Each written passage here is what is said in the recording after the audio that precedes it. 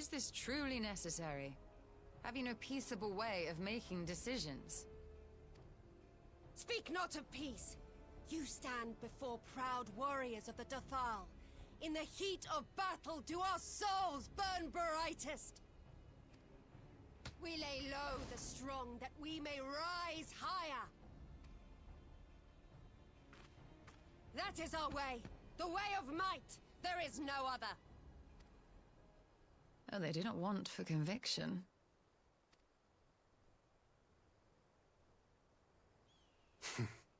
Indeed.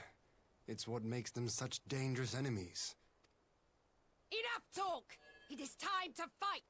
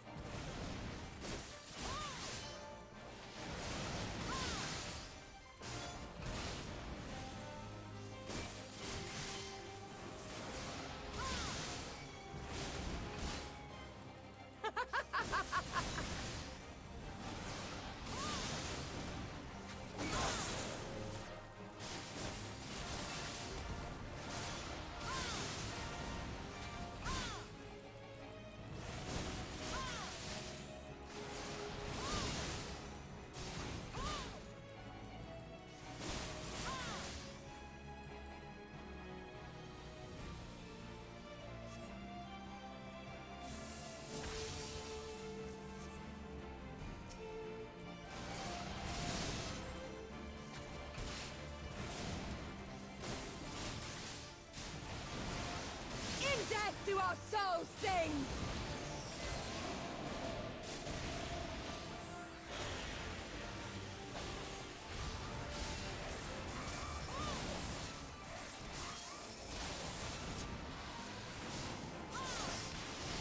In death do our souls sing!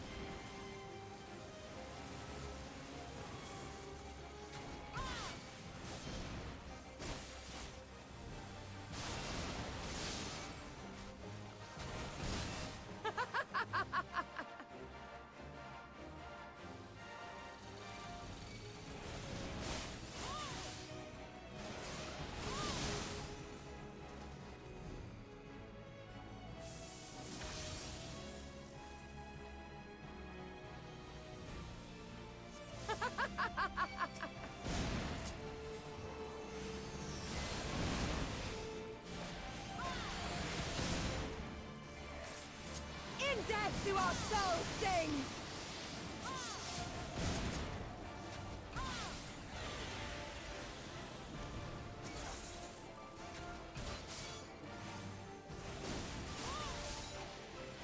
In death do our souls sing!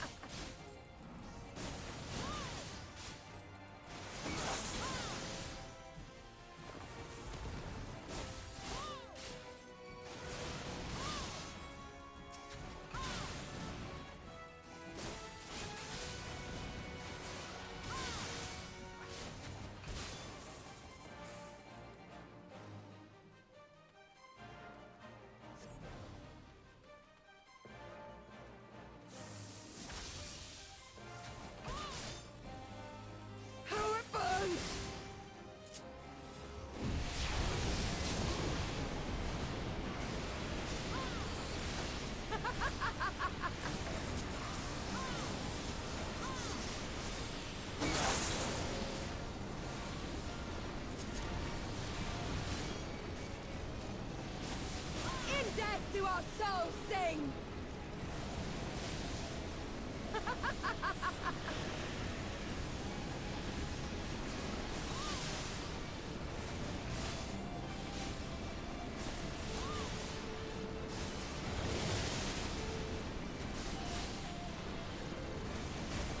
In death do our souls sing!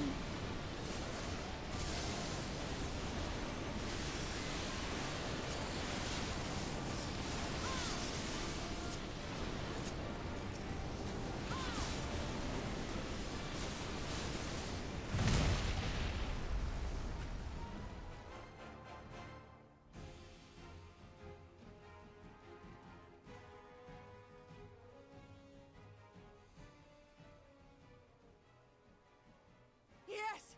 Yes! Not since the Nardum has my soul burned so!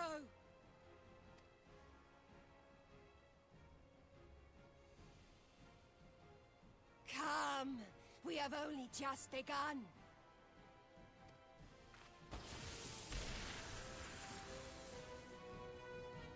Enough! You were not granted leave to set the steppe ablaze. Well, well, the sun has come out to play. Be gone, Moonstruck Oronir! I am busy! Fool of a Dothal! Have you forgotten the face of your master already? The sun will never set! From his seat on high, he reigns over all, now and forever.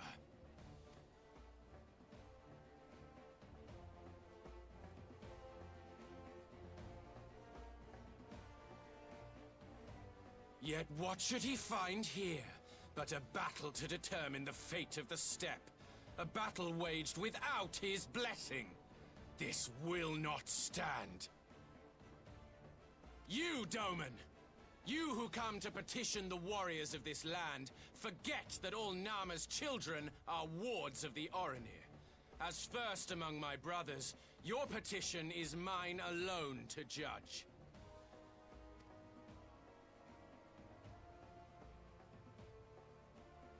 Ugh, these words are as wind from a horse's backside. Plentiful, but your axe sings more sweetly. Let her speak for you.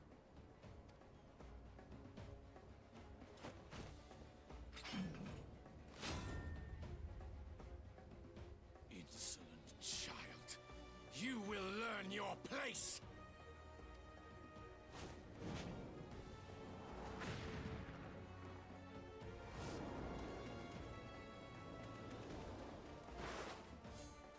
Forgive me, Brother Magni, but we have an arrangement with the Dothal.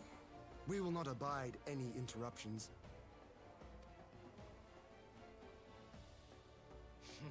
So be it. The sun will pass judgment on all. Didakul, join me.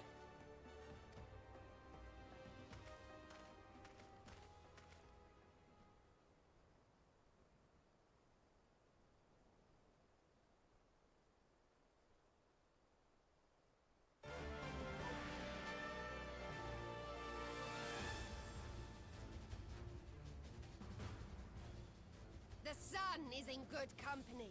We may dance alone.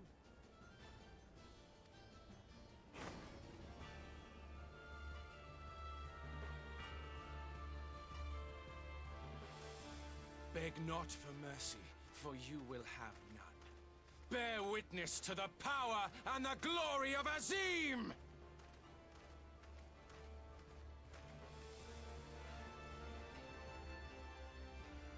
Constantly at each other's throats like rabid dogs. Gods, I'm turning into her. I have not the patience for this. But if we must fight, let us at least be brief. Come.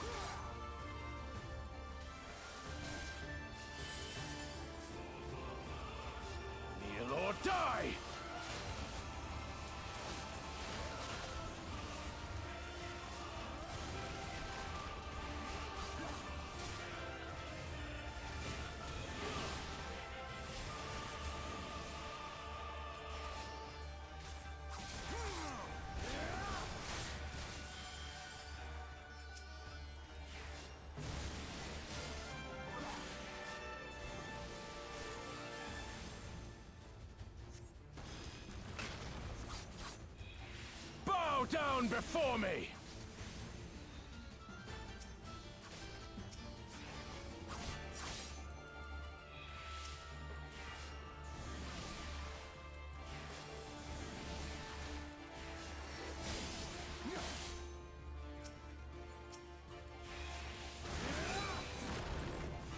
Kneel or die!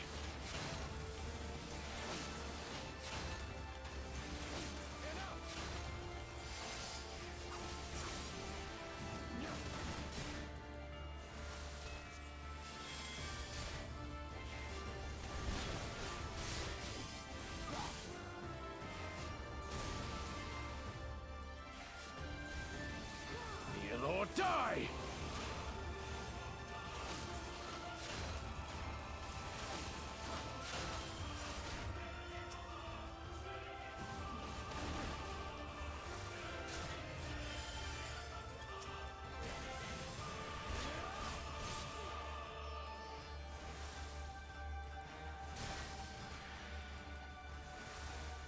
Kneel or die!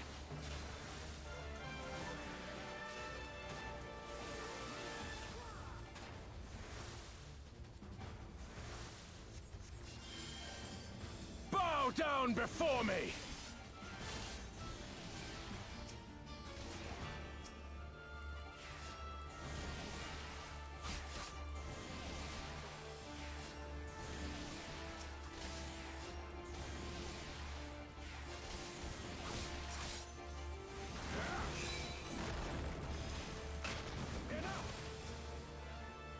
Kneel or die!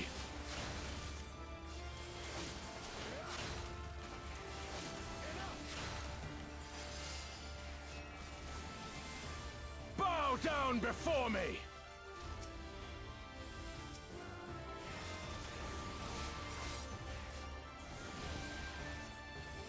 Tremble before the sun!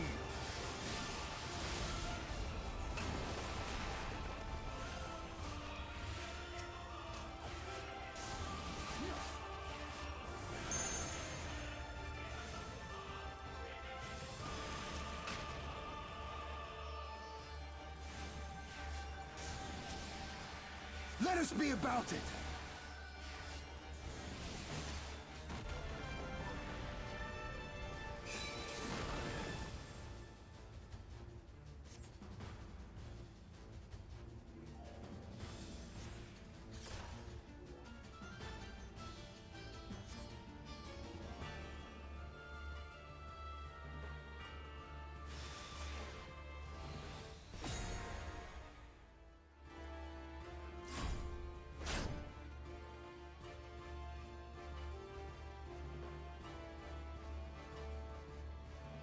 Yeah. Ether, to me.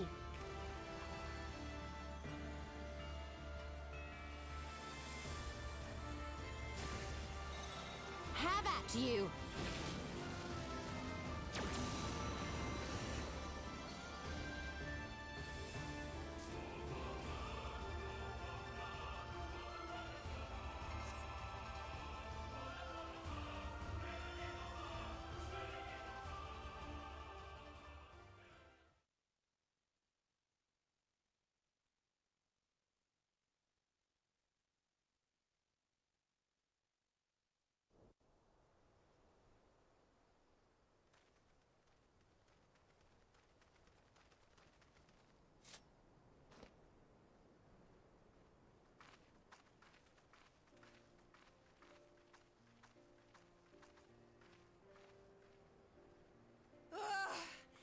Never have I felt... 'Twas a battle to burn soul and flesh to ash. We Dothal will lend you our strength as promised. Narma's power is yours to wield.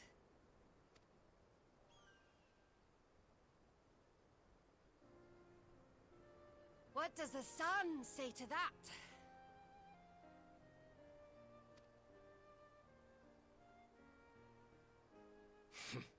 The sun is not driven by base motives such as yours. But they have been judged and found worthy.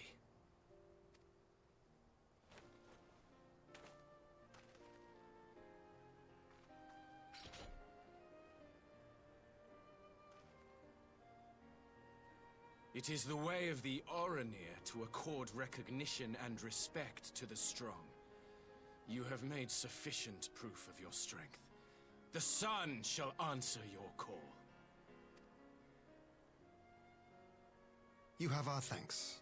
We are glad to call you allies.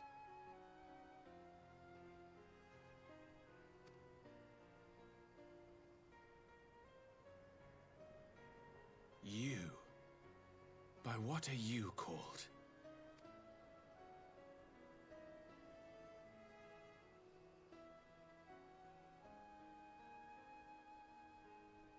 Y'shtola. Why?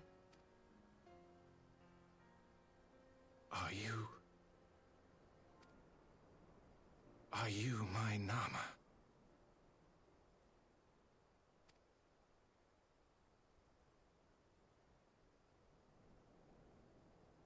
I beg your pardon? In battle, you shone with all the majesty of the full moon's light. Your healing touch, the embodiment of the Dusk Mother's love.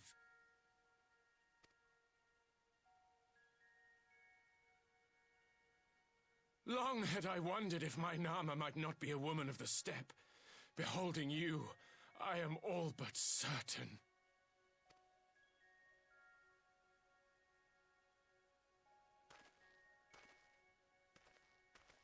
Now, look into my eyes. Could it be? Could you be?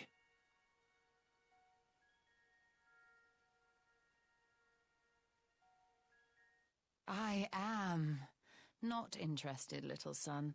Try again when you've become a man.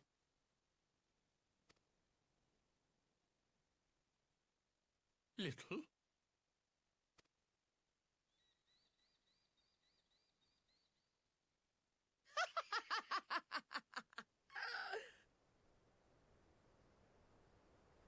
Little son! Little son!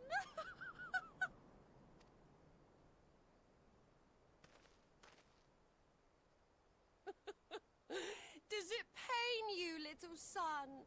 Crave you salve to soothe the ache? Fire to sear the wound in your heart?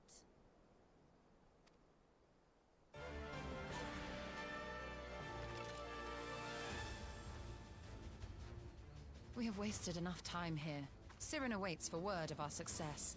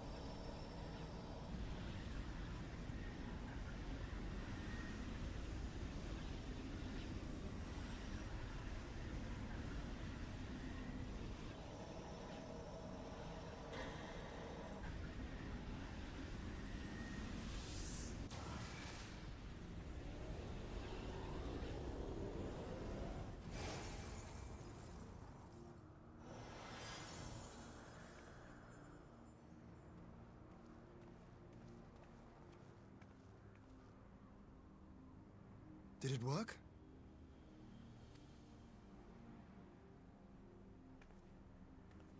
It did. Ether may flow freely to the burn once more.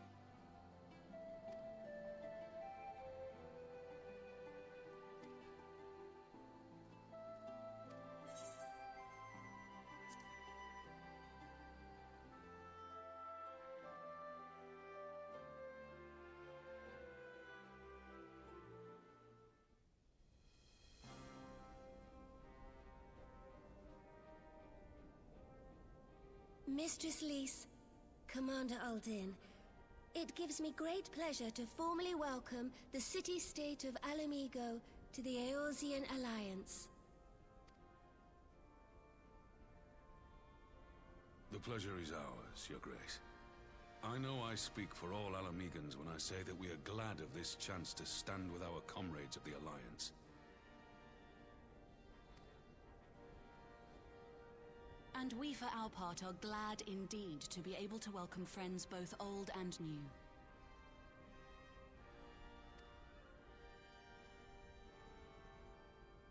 Lord Hien of Doma, at your service. Pray, accept my heartfelt thanks for your generous invitation.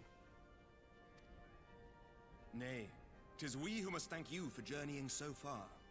And 'twould be remiss of me not to acknowledge the part the Scions of the Seventh Dawn have played in bringing all of us together.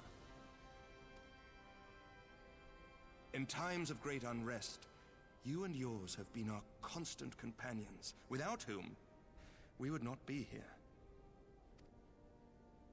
With apologies to Lord Hien and Mistress Alisaie, it occurs to me that we have not gathered in this way since that fateful day in Uldar. The day I lost my arm and my freedom.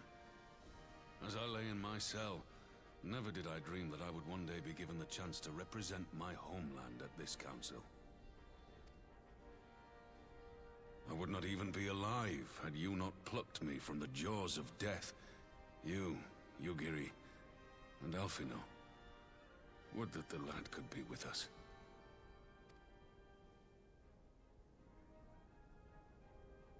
I too owe my presence here to Alphino, in so many ways.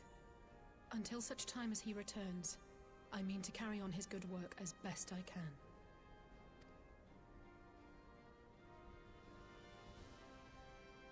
Come, friends. Let us leave the past in the past and turn our eyes to the future. My Lord Hien, pray, tell us how things stand in the East.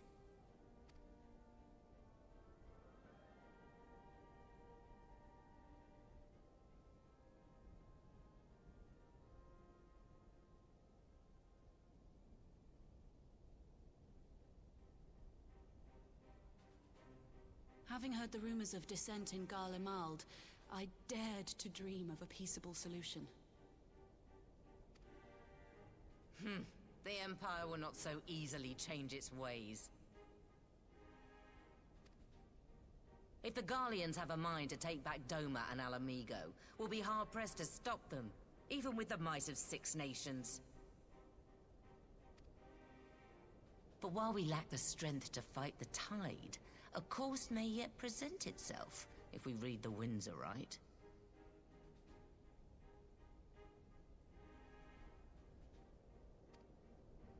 The winds suggest but one course to me.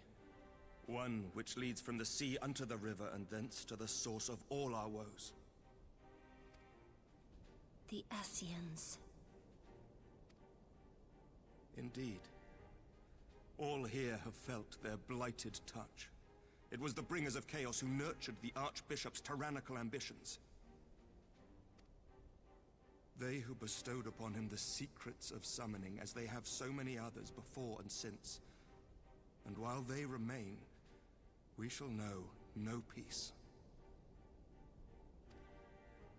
Our objective is clear. The question is how to achieve it.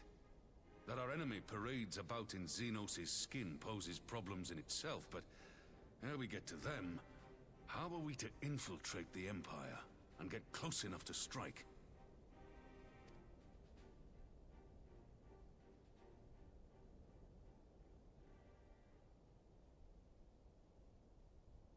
While I see the wisdom in targeting the Ascians, an assassination attempt on Garlean soil would do little to aid our cause, even were it to succeed. It's time we used our enemy's preferred tactic. Subterfuge.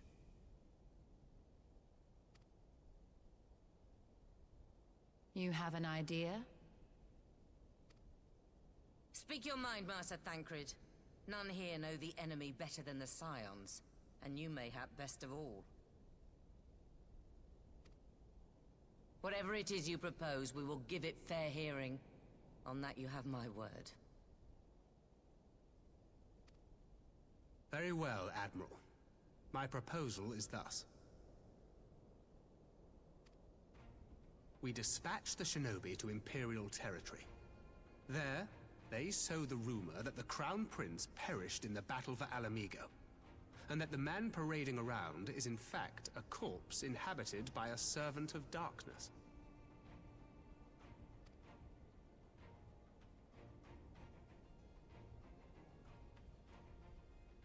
Well, it does have the ring of truth about it. And were the Garleans to learn that their future ruler is a puppet, the Empire would be shaken to the core. But at the risk of sounding stupid, would they actually believe such an unlikely story? I didn't. Ordinarily not. But prior to his miraculous recovery, rumors of Xenos' death had already begun to circulate around the Empire. Ultimately, however, what the masses believe is not our chief concern. Our true objective is to create an opening for rival factions within Garlemald to exploit. Just as a war of succession erupted in the wake of Emperor Solus's death. A war which raged until but recently, plunging the Imperial House into disarray as nephew and uncle grappled for the throne. It is no coincidence that one of Varus's first acts as Emperor was to name Xenos heir apparent, family feuds being so tiresome when armies are involved. Not all welcomed his choice of successor, however.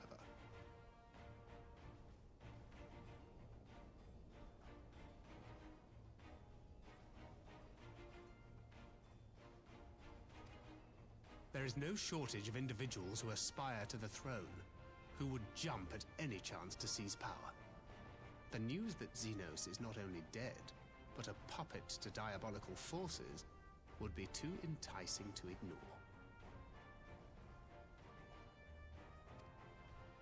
The Empire would not be quick to recover from a second war of succession. I am no stranger to infiltrating Imperial territory. With a team of operatives gathered from among the Alliance's finest, the plan should have a reasonable chance of success. Doma already has shinobi in place throughout the provinces. We stand ready to act, and act we must. What say you all?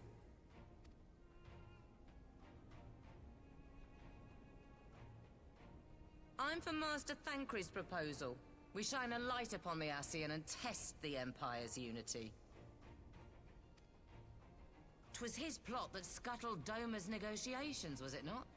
Why then, if we can eliminate him, there may yet be a chance for peace. Let us wage this war of subterfuge, that we may one day lay down our arms. Gods know we never will while the Ascians remain.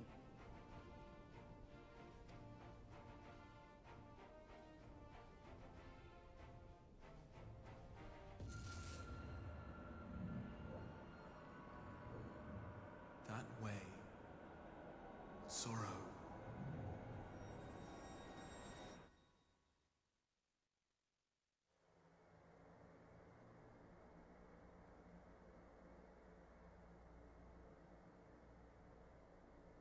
History must be changed.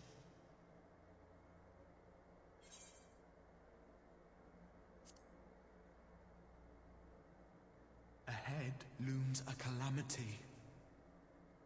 Ahead looms light, expunging all form and life. Twin dooms only you can forestall. Only you. What's the matter?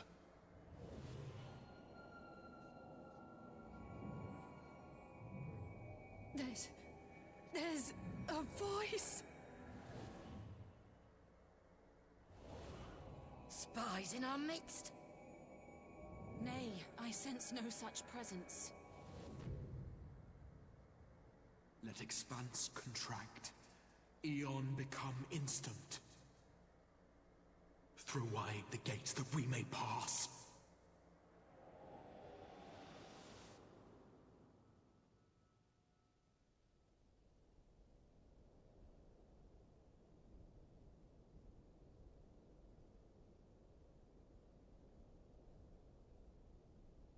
Is it over?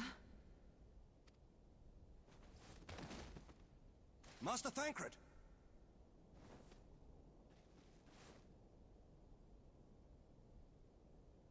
12 for Fend. Bear him to a private chamber. Have every healer make ready. Swiftly!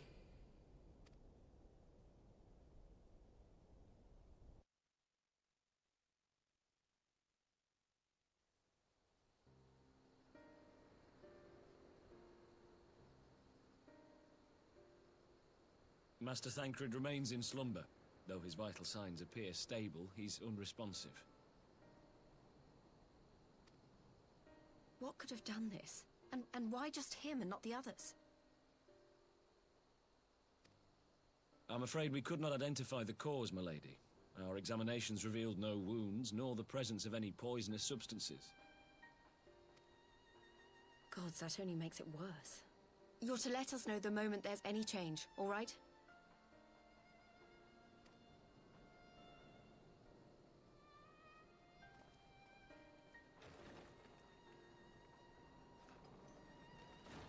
Thank you for coming. Knowing Thancred, he would apologize for being otherwise engaged at so In gifting us a course of action, Thancred sowed the seed of all that is to follow. We have but to nurture it as best we can. To him, I would say, rest easy, that he may wake to enjoy the fruits of our labors. Now, the matter of the mysterious voice must not be forgotten. Will you tell me exactly what happened? Alisaie and I heard a voice in the moments before Thancred collapsed. It was accompanied by a severe headache, as if something were clutching at our minds. Did you experience the same thing?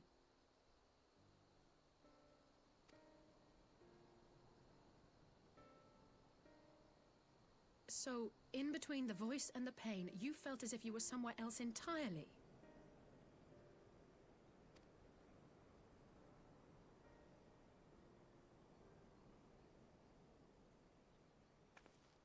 Your testimony confirms my suspicion. That which you experienced was, I believe, your soul being plucked from your flesh. Called. Called? I myself examined Thancred. Reach out as I may, I could not sense in him the spark of life that is his soul.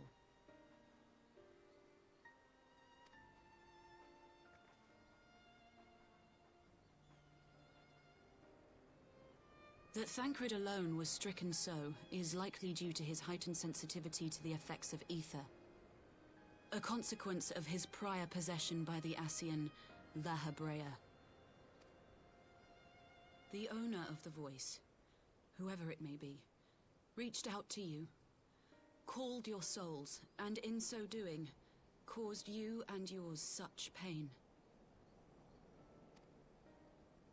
But if that's true, where exactly are we being called to? I know not. Yet one thing is plain. Whoever waits for you on the other side is possessed of a power unlike any I have ever known.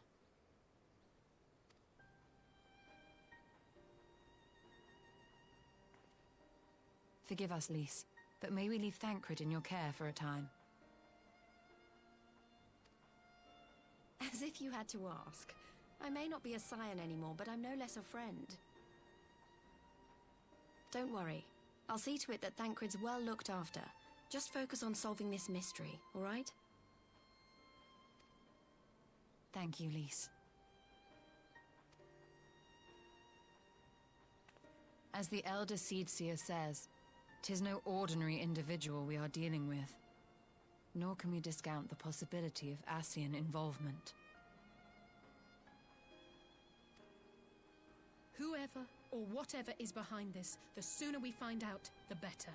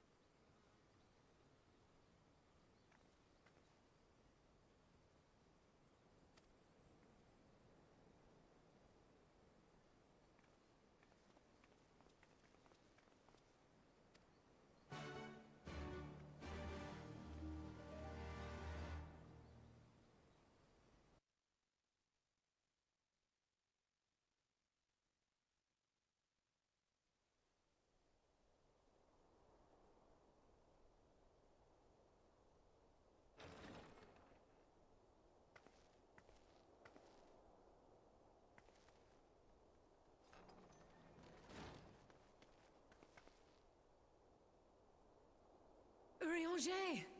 Gods, it's good to see you. Would that our meeting were under happier circumstances.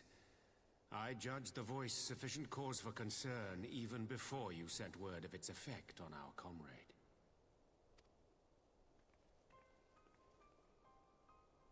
You heard it too, then?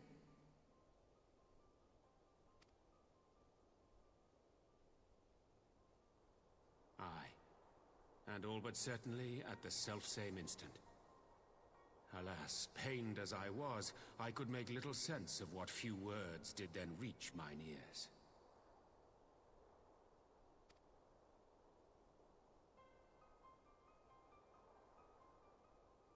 Who do you think is responsible?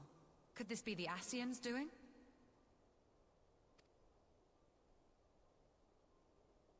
That I cannot say. Not when so little is known. Ere I indulge in speculation, I would examine Thancred with mine own eyes. To Alamigo, then, without further delay.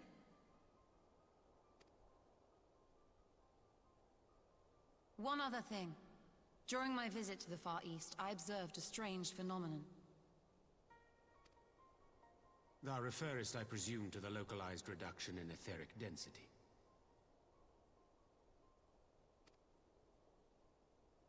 Well, that spares me the trouble of an explanation. Yes, I noted precisely that at two apparently unconnected locations. I take it the phenomenon is not limited to the Far East. Indeed not. Of late, our agents charged with surveilling the beast tribes have spoken of little else. In every corner of the realm, they tell of places in which the ether hath grown thin. Naturally, my suspicions first turned to primal activity, but the areas thus affected betray no evidence of summoning. I must confess to being quite perplexed. If the same phenomenon is being observed in multiple locations on opposite sides of the world, we may safely discount regional factors. Needless to say, this warrants further investigation. Indeed, I shall make it my task to.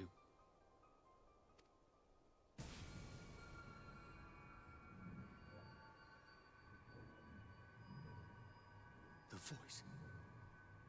It calleth to me once more.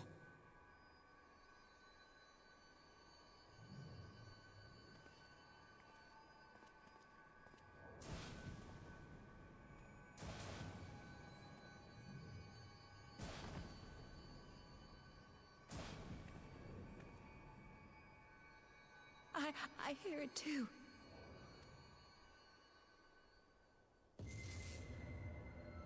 Only you.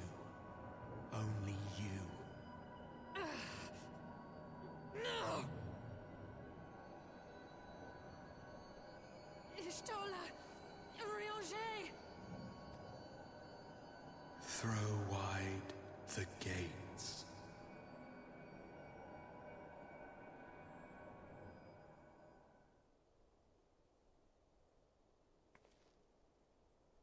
No! No, this can't be happening!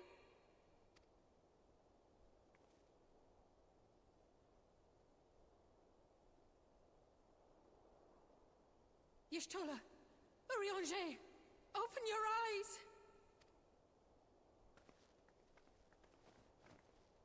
Open your eyes, I beg you! Say something! Anything! Not again. Please, not again.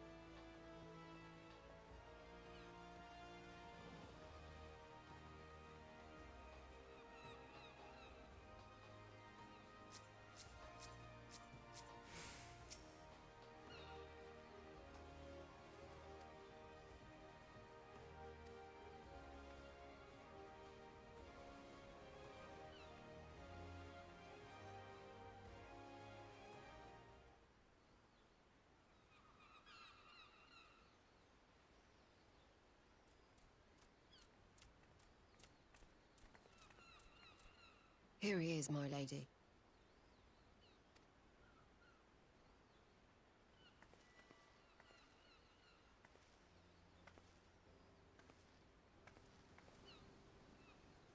Gabu, it's been too long.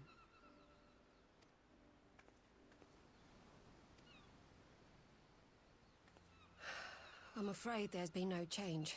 If he can see or hear us, he has given no sign. I see.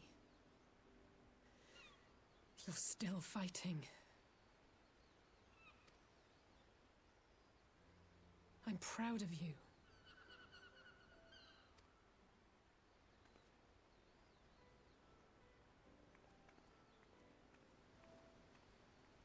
We promised that we would come and visit you together, didn't we?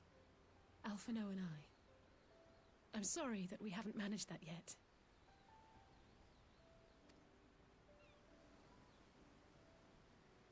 You know, with the three of us like this, does it not remind you of that night? Of the stars beyond count twinkling in the heavens? I was feeling pretty low back then. Powerless. But I knew that my brother was close by if I needed him, and that the others would be waiting for me back at the Rising Stones. Not like now.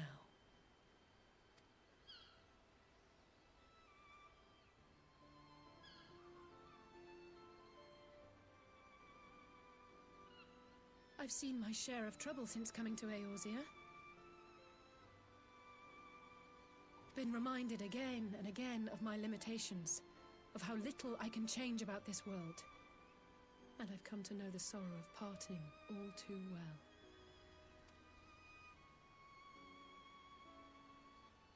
But to have the people I hold dear struck down before my eyes, and be powerless to help them, that...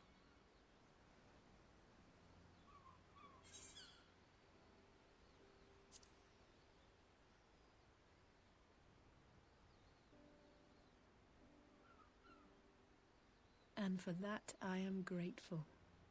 I don't know what I would do without you.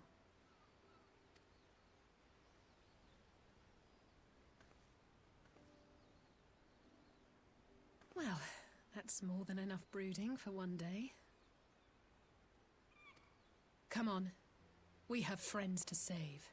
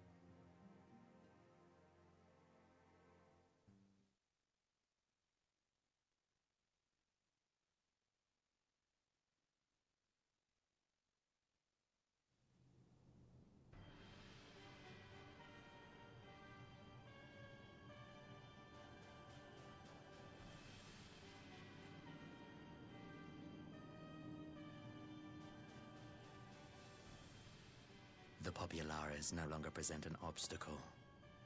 Now is the time to bring the Empire's might to bear. A word from your Radiance is all it takes.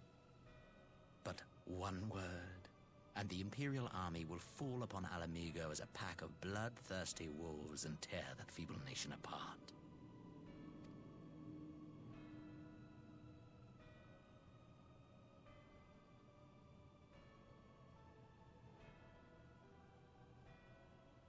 Have you no words for me?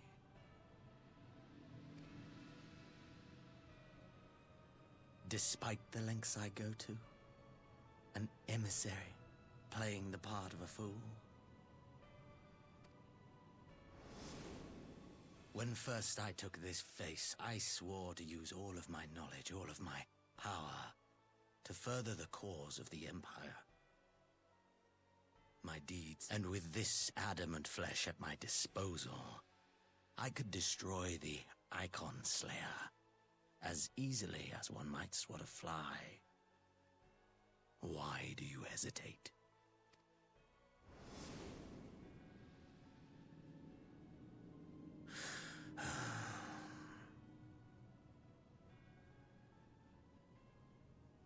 Our enemy is resourceful. Though victory is certain now, it will not remain so indefinitely. Deliberate if you must, but be quick about it. We'll speak again when you have unburdened yourself of doubt. Until then, I take my leave.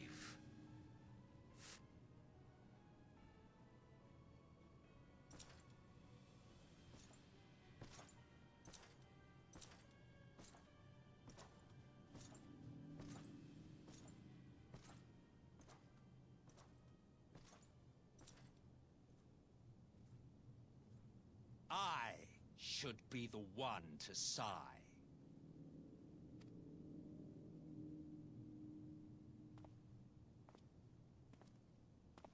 I played my part to perfection. I had earned my rest, and then, thanks to La Habrea's crowning act of idiocy, our favorite emissary sees fit to summon me back.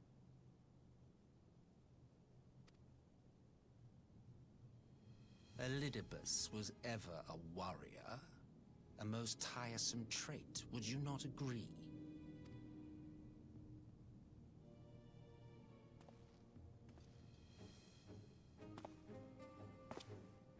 What? Have you no words for me either? No matter. I've long grown weary of this mummery. Now, my dearest grandson, let me remind you of your place in the simplest of terms.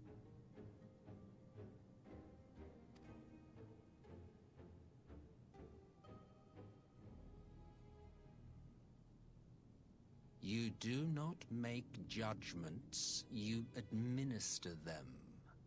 Swiftly and to the letter. Naught else is your concern. Elidibus may be an insufferable bore, but he is no fool. His choices as emissary seldom err.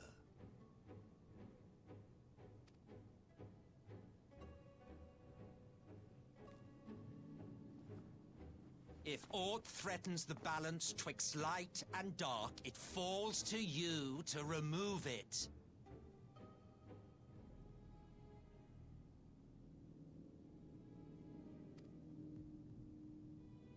Be it by your own hands or by your armies, you have ample means at your disposal.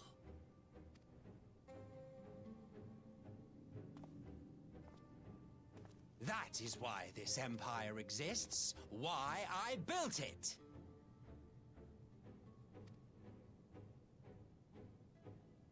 Oh dear, have I touched a nerve? You always were an easy one to read. I pity you, I do. As they say, ignorance is bliss. And I know how much happier you would be not knowing the things you know.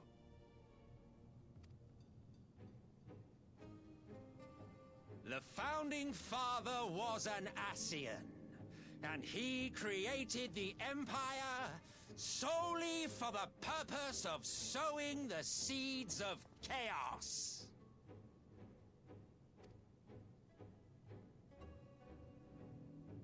Don't take it personally. I merely do my duty.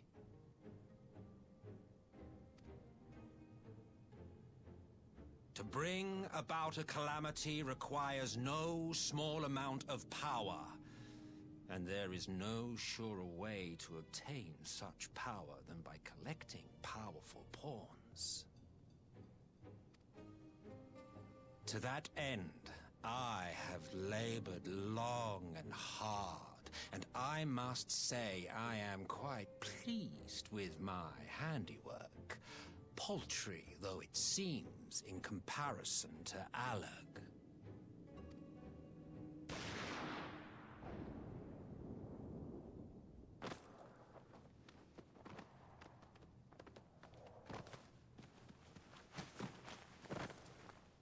You fiends are overfond of your own voices.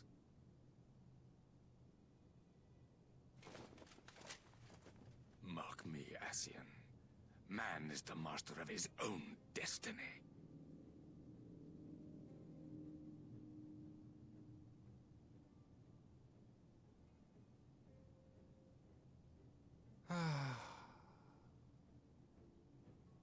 Such a waste of time and energy, both yours and mine.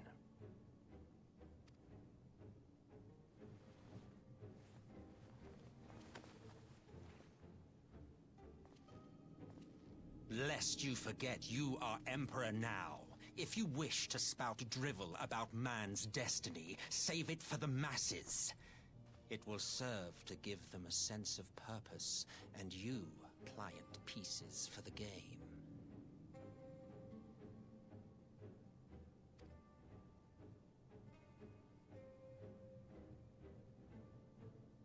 Oh, do stop sulking, boy. You, of all people, should understand. Ours is a struggle to restore both mankind and the world to their rightful state. Viewed thus, our goals are one and the same.